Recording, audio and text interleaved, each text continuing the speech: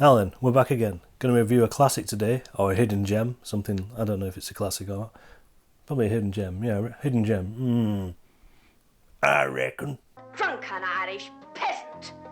Reckoning is a 1970 film in which a London businessman returns to Liverpool after his father is killed in a scrap with some teddy boys. As a matter of honour, he seeks revenge without involving the plot. So over the last month I've watched 3 films that were very similar for some reason. I don't know why. All 3 involved successful men travelling from London to the north to learn to live again in one way or another.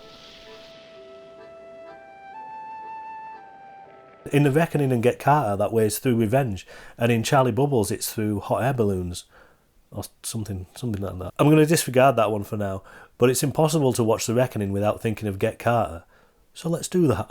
Hilda, I've had an idea. Here he is, Michael Marler, a man who in amongst the earth-toned interiors of this drab office is brimming with a fire that needs fuel he just can't find here. Or at home, in the marital bed. No, he needs fresh kindling, always. Look at him! Look at that sex machine! And he finds it as soon as he heads back up to Liverpool, a working-class land where passions fly in the form of fists, not faxes, where that mechanical ruthlessness that has got him so far in the big smoke with them soft southerners can really be put to the test.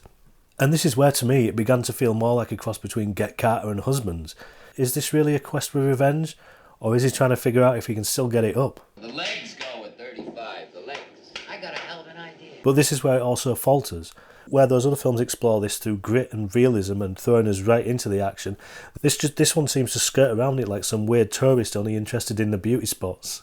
And because the lead has this very stagey style that was it was the norm in a lot of the plays of the time. And though I love a lot of those, but sometimes that acting does my head in. I can't even really explain what it is, but it's things like where someone will go, "My God, Diane, don't you feel it?"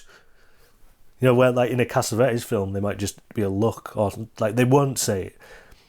You know, like the realism of it is that people don't say things like that. "Oh my God, Diane, you just don't get it, do you?" It's the complete opposite of the dead shark eyes in Get Carter as well. Funny that, isn't it? You know, it just doesn't have that grittiness. It just doesn't have that grittiness. It's too stagey. Although there are some scenes when they go to Liverpool, it gets a bit rougher. And there's scenes in there.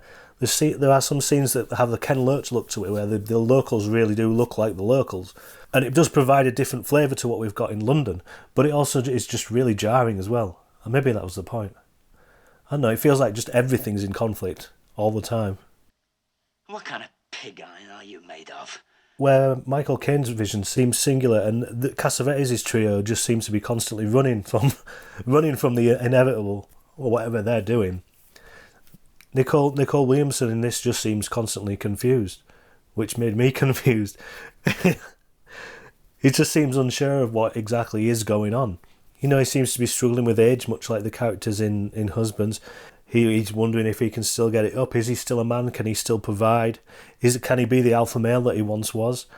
What's it all about? So it becomes a sort of muddled mess in between those two, where Get Carter remains entertaining because it revels in its simplicity, and Husbands has that natural spontaneity to it that keeps you guessing and wondering where the final destination is going to be. The Reckoning kind of does both and neither at the same time. Like, it's too muddled to be an effective revenge film, but it's not interesting enough to be an effective art house film. Oh, Michael, choose a lane! Just beginning to feel myself again. There are some lovely shots of Liverpool though when he goes home, and the odd sequence that makes it worth the watch. But I mean, I'd much rather watch Husbands or Get Carter, or actually Just a Boy. There's a play for today called Just a Boy's Game, which kind of goes into this a similar area of a character who's trying to sort of shed their hard man image, but also realising it's all that they have.